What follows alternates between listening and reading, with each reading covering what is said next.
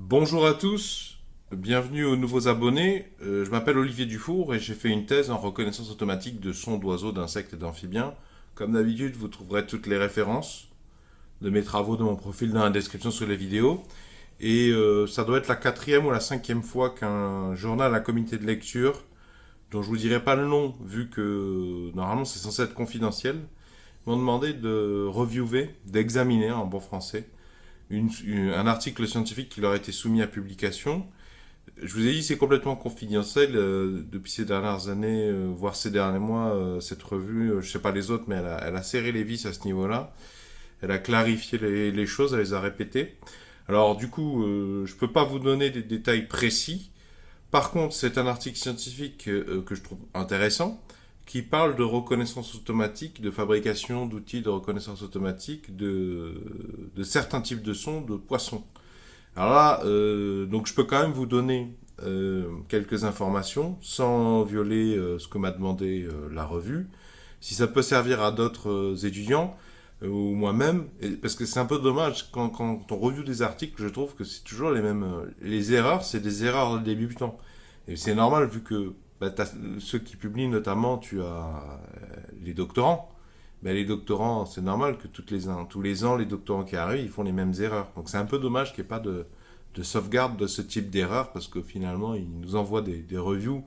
Il faudrait d'abord qu'ils corrigent ça. En fait, on leur fait des réponses toujours les mêmes. Voilà, j'ai demandé une révision majeure parce que révision mineure, c'était clairement pas assez. Il y a vraiment trop de problèmes. Par contre, j'ai pas rejecté de l'article parce que déjà l'article je trouve intéressant. Bon, je trouve qu'il y a déjà pas beaucoup de choses, ça avance pas très beaucoup, pas très bien la recherche dans ce domaine, mais voilà, majeure révision parce que quand même, vous allez voir, il y a des choses que j'avais pas laissé passer. Alors c'est une espèce de poisson, je crois que pour faire court, elle vit dans les parcs à huîtres. Et alors une petite particularité de cette espèce de poisson, si j'ai bien compris, c'est que quand il y a on parle de parc à huîtres, donc si je prends par exemple le bassin d'Arcachon, ou même les Tantos, ça, eh bien, en plus d'avoir une activité de conchiliculture, il y a aussi une activité de plaisancier. Et du coup, il y a des bateaux, mais des bateaux, il y en a à deux titres. Il y a les bateaux pour travailler dans les parcs et les bateaux de plaisance aussi. Et ça fait un sacré trafic. Et puis, il peut même y avoir des navettes, parce qu'il peut y avoir un port un peu plus grand avec l'étranger. Bon, là, je vous ai pas dit dans quel pays ça se passe, hein. J'ai pris l'exemple de la France, mais c'est pas la France. Et donc, c'est centré, une étude qui est centrée sur une espèce de poisson qui, apparemment, quand il y a un bateau qui approche, émet un son caractéristique, un son d'avertissement. C'est ce que nous disent les auteurs. Bon, d'ailleurs, première critique, ces auteurs ne l'illustrent pas beaucoup, hein. On est censé leur faire confiance quand ils nous disent ça.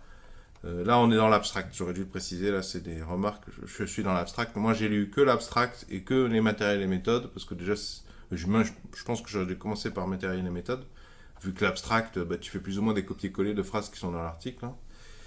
Et puis, si les matériels et les méthodes sont vraiment pas bons, ont besoin d'être repris, et c'était le cas, je vais pas m'éterniser à lire l'introduction, par exemple, hein. Et puis, je vais plutôt lire matériels et méthodes et vérifier dans la discussion les conclusions qu'ils ont bien dit ce que je pense que moi, ce dont je pense que moi, il faudrait impérativement parler, c'est-à-dire les faiblesses les plus évidentes. Oui, donc déjà, première critique que j'aurais faite, c'est pourquoi on ne s'intéresse qu'à ce son, c'était pas très clair. Est-ce que vous avez un a priori que c'est plus simple, mais plus simple dans quel sens? La tâche de détection et ou la tâche de mesure des paramètres descripteurs et ou la tâche d'apprentissage? Parce que quand même, on exclut on exclut les sons de cette espèce, les autres sons de cette espèce, et moi, les auteurs, en tant qu'auteur spécialiste, je ne connais pas le catalogue des sons produits par cette espèce. J'aurais aimé en savoir un peu plus. J'aurais aimé qu'il y ait un catalogue, au moins catalogue. Bah oui, parce qu'ils ont fait des enregistrements sur deux sites pendant un an, à raison, je sais pas, de 2-3 minutes toutes les 20 minutes, tu vois. Et ils nous parlent que de ce son de cette espèce, c'est-à-dire les autres sons de cette espèce, il devait bien y en avoir dans les enregistrements. Et voilà, on n'a même pas de catalogue pour nous montrer un petit peu dans un spectrogramme temps fréquence les différentes formes, quoi. Et c'est important, c'est vu que il y a aussi le risque de confusion. Mais attends, je crois que j'en parle un peu plus tard. Oui, alors parce que finalement, comme ce sont des autres critiques, comme c'est des sons d'avertissement, un petit peu comme les suricates, je crois. Eh bien, c'est pas de l'acoustique active, hein. L'acoustique active, pour ceux qui ne savent pas, c'est quand tu envoies un son et tu t'intéresses à la réponse. Là, on est censé être dans de l'acoustique passive, beaucoup moins intrusive. C'est pas de l'acoustique active, il n'y a pas sensu stricto émission d'un signal et on écoute la réponse. Mais comme c'est un signal d'avertissement quand il y a un bateau qui approche, c'est pas de l'acoustique active, mais bon, c'est un peu particulier. Il y a une forme de similarité quand même. Ce sont des sons en réponse au passage d'un bateau. Et du coup, là, dans une réflexion plus large, moi, pour moi, hein, et je crois bien que c'est ce qu'on les auteurs ont écrit eux-mêmes dans l'introduction et conclusion, on est bien là dans la démarche de produire un outil de suivi automatisé d'une partie de la biodiversité. Bah, si tu calibres un outil de reconnaissance automatique, mais qui est dépendant du passage d'un bateau, il me semble que c'est un désavantage sérieux. Et c'était pas du tout discuté, parce que moi je veux bien, je dis pas qu'il faut jeter le truc au seul motif que je viens d'évoquer, mais il faudrait en discuter. Parce que vu quelle extension on peut faire? Je fabrique un outil de reconnaissance automatique de son de cette espèce, mais tributaire du passage de bateaux dans le coin. Ça fait un peu un outil plus d'agriculture ou un outil agronomique, parce que ça va me servir peut-être à mesurer ou à défendre qu'il y a des parcs à huîtres qui jouent un rôle important peut-être dans le cycle de reproduction ou la protection de population de cette espèce. Ouais, d'accord. Bon, alors là, ça sent un peu l'agriculture, l'agronomie, le greenwashing. Et du coup, est-ce que cet outil, je peux l'utiliser dans des sanctuaires, des zones où il y a beaucoup moins de passage de poissons? C'est ça la question, quoi.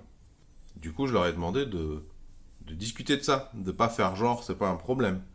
Puisque si c'est un outil spécifique de sites pollués acoustiquement par du passage de bateaux de plaisance et ou de bateaux de parc à vide, de travail, bah, ce serait bien que ça soit dit quand même.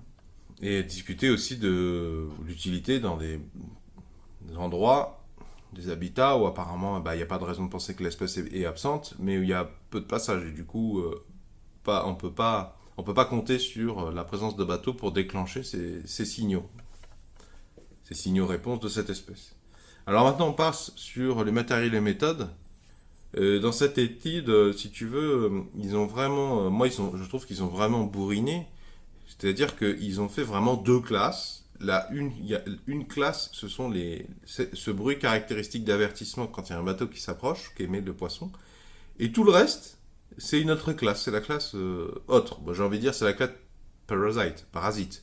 Mais alors, ils sont en train quand même, j'ai halluciné quand j'ai lu qu'ils avaient mis une seule classe pour les sons de cette espèce qui ne sont pas cet avertissement, toute la pollution d'origine anthropique, les passages des bateaux, les bruits de chaîne, en plus on est dans les parcs à huîtres, donc des morceaux de métaux, de morceaux de bois taillés, il doit y en avoir, le vent, il doit y en avoir, on est à 2 mètres de profondeur, hein, vraiment parc à huîtres. Hein.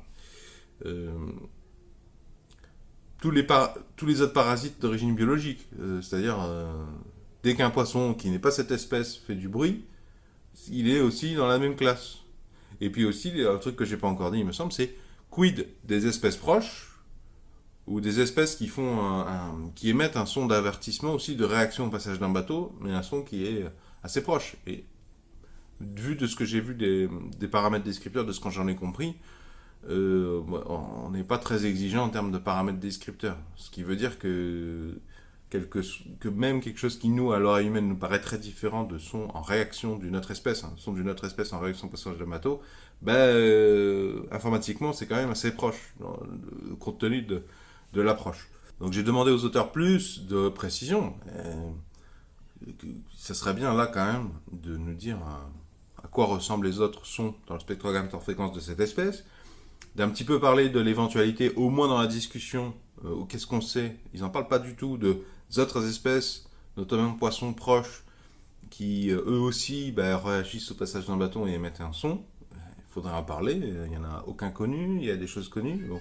Je pense que c'est un point délicat, mais c'est d'autant plus important que c'est justement délicat et qu'on touche peut-être à l'état de l'art, quoi, sur ce sujet. Enfin, peut-être qu'on bute sur des connaissances, ou peut-être pas. Peut-être que c'est juste la fainéantise des auteurs et qu'il y a des ichthyologues qui en savent un peu plus là-dessus. Et du coup, voilà, j'ai demandé un peu plus de discussion sur les risques de confusion. Parce que quand même, bon, je vais pas répéter ce que j'ai dit, je trouve que c'est important. Risque de confusion. Ensuite, j'ai aussi réclamé, est-ce que cette espèce de poisson produit des sons qui sont un petit peu spécifiques de la saison de reproduction. Parce qu'il y a plein d'espèces d'oiseaux ou d'amphibiens, là on est sur du poisson, qui émettent certains types de sons, surtout dans certaines périodes particulières de l'année. Et ce serait bien de savoir si on est dans ce cas ou pas, vu que si c'est un truc spécifique d'une saison, ce serait bien de le savoir, parce que au niveau de l'interprétation, la compréhension des résultats, ça pourrait changer considérablement les choses. Est-ce que vous êtes sûr que dans l'année, il n'y a pas une période où ces poissons, en plus d'émettre des sons proches, enfin des sons d'avertissement de passage de bateau, ils émettent pas un son qui est proche, mais qui est pas très différent, mais qui est plus correspond plus à la saison de la reproduction, pour appeler les femelles ou que sais-je, quoi. Voilà, ensuite j'ai redit que le fait d'avoir une seule classe pour regrouper tous les parasites, j'ai déjà dit, je vais pas répéter, hein, ou très rapidement, il y a une seule classe pour tous les sons de toutes les autres espèces de poissons, il y a tous les sons de toutes les autres espèces d'animaux vivants, il y a tous les autres sons de cette espèce qui ne sont pas des sons d'avertissement aux réactions de passage dans le bateau, il y a tous les sons d'origine physique, un bruit de volcan, tout ce que tu veux, le vent, tout ça dans la même classe, une seule classe, parasite, ça serait bien que ça soit discuté parce qu'il me semble que c'est une grosse faiblesse. C'est quand même demander un travail bizarre aux classifieurs automatiques, aux algorithmes de détection, de caractérisation, apprentissage. Au nom de quoi avez-vous exclu que d'autres espèces de poissons présents à cet endroit produisaient des sons similaires à ce signal avertissement au bateau? Et voilà, il faudrait un peu le défendre, c'était pas du tout discuté, quoi. Alors ensuite aussi, là, je vous rappelle, je sais pas si ça vous a fait tilt, je vous ai dit parc à huîtres, 2 mètres de profondeur. Normalement, ça devrait vous faire tilt. On va avoir un gros problème sur les échos. Et c'est en voyant une figure, il nous montrait un enregistrement, et j'avais l'impression qu'effectivement, on voyait le signal d'un ou plusieurs poissons à l'arrière, au premier plan, qui émettaient ces sons au passage d'un bateau. Mais j'ai l'impression qu'on voyait régulièrement derrière l'écho. Mais c'est normal, vu qu'on est à 2 mètres de profondeur, donc effectivement, le son doit rebondir très rapidement sur le plancher, rebondir sur la surface, effectivement, c'est pas loin, donc c'est tout ce qu'il faut pour étaler les motifs d'un spectrogramme temps-fréquence. Bon, là, je sais que je suis en train de parler des échos, pour moi c'est évident, ça ne sera pas pour tout le monde, mais du coup, ça affecte considérablement l'interprétation des signaux quand même, et en fait, c'était pas du tout discuté. Alors moi, je demande pas qu'on foute tout à la poubelle, vu qu'on a des échos, et puis ça fait partie des difficultés de l'étude. Mais voilà, sachez-le, parlez des échos. Si plus vous êtes à une profondeur faible, plus les échos ont de l'importance. Et voilà, les échos, vous savez, ça diffuse, ça étale sur le spectrogramme temps-fréquence, voire même ça répète un même signal. En fait, vous allez avoir 2, 3 fois un même signal. Alors la deuxième et la troisième fois, il est beaucoup plus atténué. Mais du coup, en fait, vous aviez un son qui a été produit. Est-ce que vous allez le détecter 3 fois par l'outil d'analyse automatique? Voilà, il aurait fallu impérativement en discuter dans l'article. C'était pas du tout le cas dans la version soumise. Donc là, j'ai réclamé au moins d'en discuter, notamment la partie discussion, quoi. Alors ensuite, dans cet article, je crois que c'est des gens qui connaissent pas très bien la partie apprentissage machine. Pour différentes raisons, je vais en donner une là, il y en aura une un peu plus tard. Ils ont utilisé un outil qui a déjà été publié pour la détection. La détection, hein. Mais du coup, dans l'article, il ne nous donnait pas quelles sont les performances connues de cet outil. Il ne nous donnait ni sensibilité, pardon, ni rappel, et encore moins la courbe ROC, ROC. Donc j'aurais dit, je suppose que, parce qu'en plus ils citent un petit peu, je crois, ils font référence à des auteurs dans d'autres articles, mais ça aurait été bien de rappeler rapidement s'ils avaient la courbe ROC, ou quelques chiffres un petit peu, quoi, au moins sur la sensibilité ou le rappel de cet outil qui il importe un travail parallèle, boum, que ça nous rappelle d'où on part, quoi.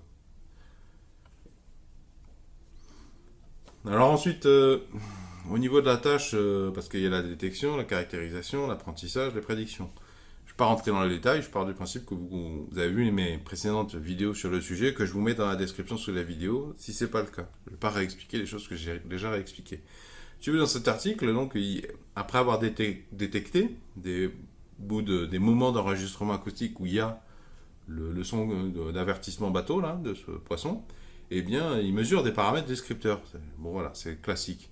Mais alors, il mesure des paramètres que je connaissais pas, mais je m'en fous un peu. Tu fais ce que tu veux. Pour une tâche pareille, ça m'a pas l'air très compliqué. Hein. Il y a pas besoin. Je pense pas qu'il y ait besoin d'aller chercher très très compliqué. Mais du coup, j'ai pas d'idée sur la validité de ces paramètres.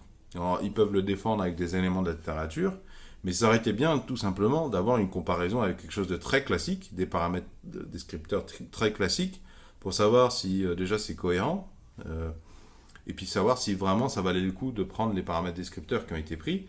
Et moi j'ai pensé dans la catégorie très simple, et ben j'ai pensé au coefficient Kepstro. Voilà, je leur ai dit, ben, ce serait bien que nous donniez une comparaison de vos performances, parce qu'en aval, c'est ce qu'ils essayent de mesurer. Mais il faudrait, avec quoi on les compare, ça? On n'a pas vraiment d'outil de comparaison sur cette tâche, sur ce jeu de données. On est un peu à l'aveugle. Donc je leur ai dit, bah, faites une expérience parallèle avec un truc classique, par exemple les coefficients Kepstro, comme ça vous perdez pas de temps, et puis ça va nous permettre de comparer derrière. Ça nous permettra peut-être d'apprécier encore plus les paramètres que vous avez choisis, ou à l'inversement, ça va peut-être nous révéler que bah, c'était pas la peine de vous casser la nénette avec vos paramètres descripteurs là, un peu compliqués. Il suffisait de les coefficients Kepstro, peut-être que c'est aussi bien. Hein. Alors ensuite, ils expliquent qu'ils ont utilisé du réseau de neurones convolutionnel avec du SVM. Alors là, je leur ai posé la question, mais pourquoi vous sortez l'artillerie lourde comme ça? Pour une telle tâche de classification avec les caractéristiques que vous décrivez, là, les paramètres descripteurs, pourquoi vous vous embêtez à aller taper dans du réseau neuronal convolutionnel? Est-ce que juste par effet de mode, ce que je suspecte parce que moi j'ai eu ce problème pendant ma thèse, je sais qu'il y a un effet de mode sur les réseaux neuronaux convolutionnels, mais alors déjà réseau neuronal convolutionnel, je vois pas pourquoi tu vas taper là-dedans alors que tu pouvais directement utiliser des trucs plus rapides, plus simples, bah, par exemple un SVM tout court, tout seul, ou une forêt d'arbres aléatoire. Donc je leur ai dit, bah, pourquoi vous allez chercher si compliqué, midi à 14h? En plus, réseau de neurones convolutionnels avec SVM. Ouais, attendez, les gars, ça devient ridicule, moi, je trouve. Hein. Donc, je leur ai demandé de justifier ça. Est-ce que c'est simplement parce que dans leur équipe, ils travaillent comme ça, ou ils ne savaient pas trop faire le reste? Et je leur ai dit, ben, il va falloir nous... De la même façon que vous nous avez... Je propose de faire en parallèle, ça serait bien de pouvoir comparer avec les coefficients Kepstro, ou un autre truc très classique, très simple à calculer. Refaites-nous le truc en nous mettant une forêt d'arbres aléatoire, quoi. Qu'on voit si ça change vraiment des choses. Il me semble que c'est important, ne serait-ce que pour pouvoir comprendre les résultats, d'avoir cet élément supplémentaire de comparaison. Surtout qu'en plus, les forêts d'arbres aléatoires, ça marche quand même relativement bien pour des tâches. Là, on est sur une tâche assez simple quand même.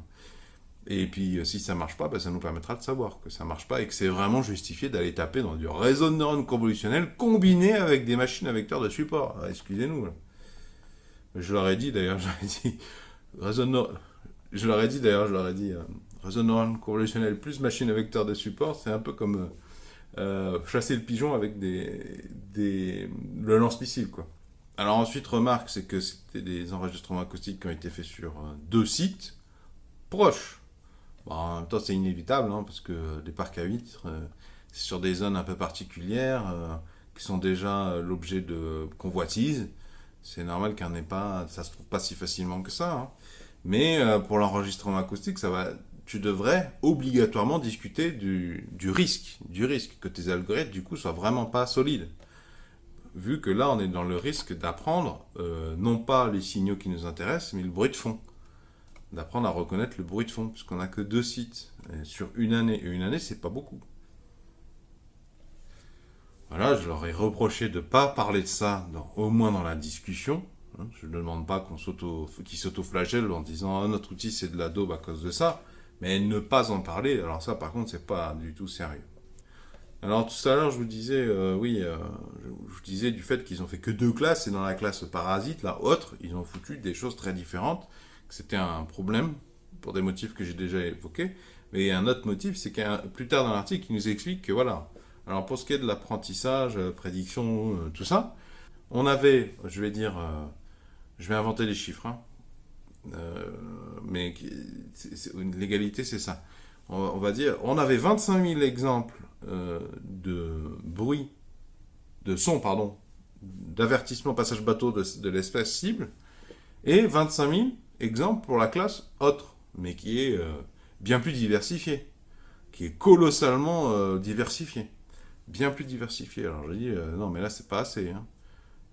C'est pas du tout assez d'avoir 25 000 et 25 000 contenus de ce que vous avez choisi, tout ce que vous avez foutu dans la classe autre.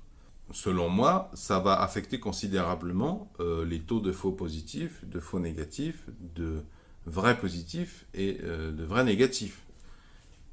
Déjà, ça c'est un problème méthodologique. Je sais pas s'ils peuvent un peu prendre 25 000 et 75 000, 75 000 pour les parasites. Je sais pas si c'est possible.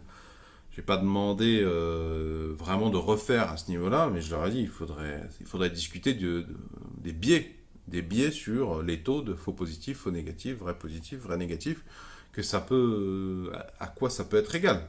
Alors ensuite, à la fin de l'expérience, ils ont relancé leur algorithme appris sur toute la série temporelle. Je crois que c'est une année, je disais. Mais bon, ils n'ont pas comparé avec. Moi, j'aurais demandé de comparer avec l'intensité du vent. Qui dit vent, dit parasite, augmentation de nombre de parasites. J'aurais bien aimé voir si la courbe des détections des soi-disant bruits, avertissements bateaux de cette espèce, c'est pas dû corréler à la courbe du vent. Parce que ils ont fait une figure où ils font des corrélations entre leur prédiction de l'abondance de ce signal qui les intéresse avec des choses, mais il n'y avait pas le vent. Moi, c'est le premier truc auquel je pensais. Ou la pluie, quoi, tu vois. Donc je leur ai demandé de rajouter le vent. J'aurais dû demander de rajouter de la pluie aussi, puisque pour voir quel est le coefficient de corrélation. Est-ce qu'il est plus grand que ce que vous avez sur vos autres variables? Est-ce qu'il est suffisamment faible pour qu'on se dise, bon ça va, le truc marche quand même à peu près bien. Enfin, ne se fait pas en tout cas berner par le vent. Alors ensuite, ça c'est un truc dont j'ai déjà parlé, leurs exemples d'apprentissage, je crois que j'ai dit 25 000, ils les ont séparés aléatoirement en 70%, 30%. Le 70%, ils ont fait un apprentissage et ils ont fait un test sur les 30% restants. Ça, c'est pas bon du tout. Là, j'ai déjà dit dans les épisodes précédents que je vous ai mis dans la description sous la vidéo, il vaut mieux faire diviser en 3 et non pas en 2. Et donc là, ils étaient partis sur 70%, 30%, je leur ai dit non, prenez 33%, 33%, 33%. Vous faites un premier apprentissage sur le premier. Donc moi j'appelle ça Train 1, Train 2 et Pred. Donc vous faites un apprentissage sur Train 1, vous demandez des prédictions sur Train 2.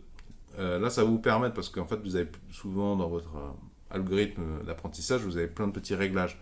Donc en fait, vous faites tourner plusieurs fois avec des réglages différents, et en fonction des résultats sur Train 2, des résultats des prédictions sur Train 2, vous regardez quels sont les meilleurs paramètres.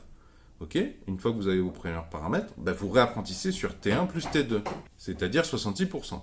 Et une fois que vous avez appris sur 66%, vous faites des prédictions sur Pred, et ensuite, donc là, vous calculez à ce moment-là le taux de faux positif, le taux de faux négatif, le taux de vrai positif, le taux de vrai négatif, votre sensitivité ou votre rappel si vous voulez. Bon, les 4 taux que je viens de citer me semblent suffisants.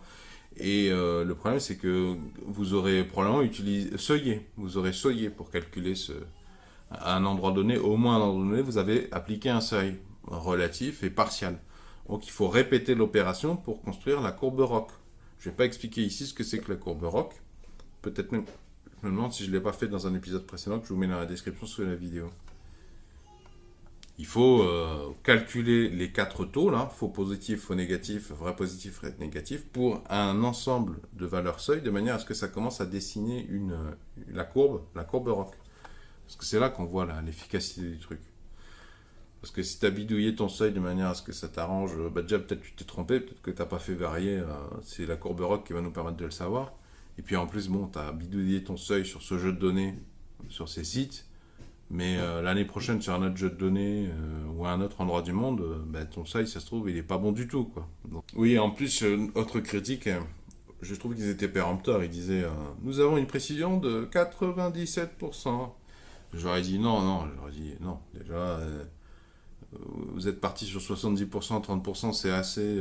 C'est pas correctement balancé compte tenu de tout ce que vous avez foutu dans la classe autre. Et en plus, je me doute bien que s'ils mettent en avant la précision, accuracy, oui, c'est parce que ça les arrange, et puis vous ne nous dites pas sur quelle valeur de seuil. C'est pour ça qu'on veut la courbe ROC. Parce que tu peux tricher en donnant juste un rappel à une précision pour le seuil qui t'arrange. Par contre, tu ne peux pas tricher si tu fais varier ton seuil de manière à nous présenter la courbe ROC. Et puis en plus, voilà, ils nous disent que la méthode est effective, et je leur rappelle que c'est sur 2 sites seulement, et qu'ils sont pas loin l'un de l'autre. Donc non, vous pouvez pas dire comme ça, notre truc il est efficace. Autre remarque, ils ont utilisé à un moment donné, je crois qu'ils ont utilisé plusieurs outils, des logiciels, des trucs déjà publiés, connus. Et à un moment donné, ils passent par MATLAB. Bon, on est quand même en 2023, donc je leur ai dit, je leur ai fait une remarque. Là, on essaie de fabriquer des outils de biodiversité. Il me semble qu'il y a une certaine urgence. Est-ce que c'est une bonne idée de travailler avec MATLAB, étant donné que c'est cher et que c'est propriétaire surtout? Ce qui veut dire que, en tout cas, une partie de votre outil, de votre travail, ne sera pas accessible aux étudiants de par le monde, aux pays qui ont peu de moyens, et aux associations partout par le monde. C'est un peu se tirer une balle dans le pied. Si vous avez apprécié ce sujet, pouvez-vous mettre un pouce vers le haut s'il vous plaît, pouvez-vous mettre un j'aime. Si vous aimez le sujet de la bioacoustique, abonnez-vous à la présente chaîne YouTube, j'en parle de temps en temps. Et surtout, je vous sélectionnerai les épisodes déjà publiés par le passé qui parlent surtout de bioacoustique, de choses extrêmement proches. Je vous les mets dans la description sous la vidéo. Je vous invite à consulter la description sous la vidéo parce que c'est là que je mets les sources. Si vous avez apprécié ce sujet, est-ce que vous pouvez mettre un pouce vers le haut, s'il vous plaît? Est-ce que vous pouvez mettre un j'aime? Si vous aimez les sujets scientifiques, je vous invite à vous abonner à la présente chaîne YouTube. Vont s'afficher à l'écran un rond et un rectangle. Le rond, vous cliquez dessus, ça vous abonne gratuitement à la présente chaîne YouTube. Quant au rectangle, c'est une vidéo que je vous recommande en rapport avec le présent sujet.